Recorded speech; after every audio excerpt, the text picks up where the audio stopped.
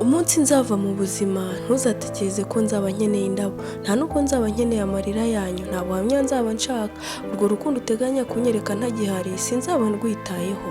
Ndabizi abenshi muzaba muvuga ukuntu twabanye neza, ko nitondaga, yemwe mwe muzapositinga amafoto menshi mwerekana akababaro.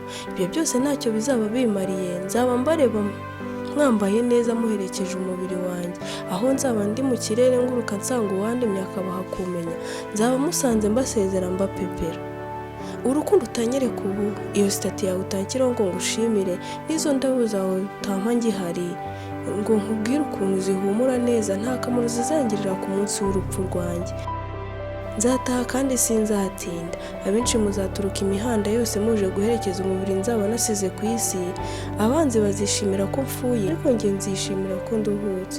Reka mbahishurire ibanga, icyo gihe nikigira muzabizirikane. Nzaba nitegereza umuhango wose, hagati yanjye namwe hazaba harimo urukuta rurerure mutabasha kumbona, ariko njye nzaba mbareba.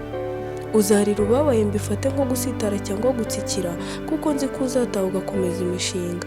Nzaba nifuza guhanagurira amarira ya bake muri mwe, ariko sinzabikora kuko nzaba mbona mutameze neza, nzaba mbona mumeze nka zahabu ibitse mu gikarito. Bamwe muzatangira kwibaza ati ese hari muntu ki yakoraga iki?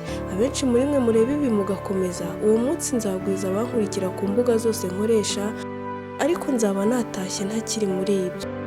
Nzataha ndabizi nzaguruka. Muzaha agaciro imirimo y'intoki zanjye, bamwe bifuza kubyikubira, ariko muzatware n'ubundi umushyitsi ajyana ibyo yazanye. Naje ku isi nambaye ubusa, nzataha nambaye ubusa. Ubu busa nirirwamo n'agasambu nkuyemo nta na kimwe nzatwara. Muri iyi si ndi umugenzi, hari umunsi umwe muzabyuka mukumva ngo nitahiye, umwuka uzasubira ku muremyi, umubiri muwushyire mu gitaka. Nzataha muri ya si yindi y'amayobera, aho abatiriyo badakora, nta bitekerezo bagira, ibyaho byose ni amayobera, nta wagiye ngo agaruke. Muzakumbura ibiganiro byiza, muzakumbura imivugo y'urukundo, ariko mbahumurize, hazaba hari abandusha. Isi niko bigenda, hagenda bamwe haza abandi. Ese ujya utekereza ko buri segonda ritambuka ari rimwe mu masegonda agize igihe uzamara? Turabyirengagiza bigatuma dukora ibitari ngombwa. Ibyo ikizabikubwira, uzatekereza uti ese ndamutse mbura mu munsi umwe ngo ntahe, nakora iki? Ibitekerezo bizaba byinshi, amasaha uzabona ari iyanga. Ibyo bikatumenyesha ko tugomba kubaho uko dukwiriye kubaho igihe turiho, akarusho ntabwo tuzi igihe tuzamara. Ariko igihe cyo ni iki, kuko ejo ntituzi ibyaho. Umunsi uzana n'ibyawo, gusa nuko nzataha kandi nawe uzagenda. Ese ubuzima bwawe bumara ukora iki? Aho ntiwaba uhugira mu matiku n'inzangano zidashira, wagakwiye gukora imishinga.